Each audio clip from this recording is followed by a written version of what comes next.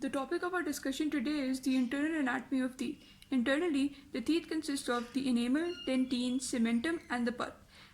Now, when you open your mouth, the whitish portion that you can see is called the enamel. It is the hardest calcified tissue, that is, it is even harder than bone. It is a protective tooth structure and it protects the tooth during mastication. Like we discussed in the previous lecture, the enamel covers the anatomical crown of the tooth. It is non-vital, that is, it is dead. This does not mean that it is not essential. This just means that it has no nerve and blood supply.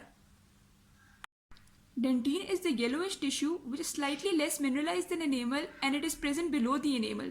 It is a main mass or bulk of the tooth which is present both in the crown and the root portion. It is covered by enamel in the crown and the cementum in the root. It surrounds the entire pulp chamber. It is a vital tissue, that is, it has nerve and blood supply. It is less brittle and slightly flexible, which is necessary for the support of enamel, as without the dentine, the enamel would break under the masticatory load. Cementum is the tissue that covers dentine in the root and it is as hard as bone but not as hard as enamel. That is, it is just as calcified as bone but slightly less calcified than enamel.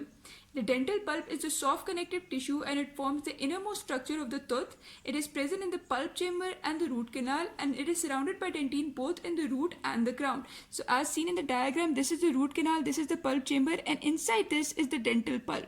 The dental pulp consists of nerves and blood vessels and it is due to these nerves that we feel pain.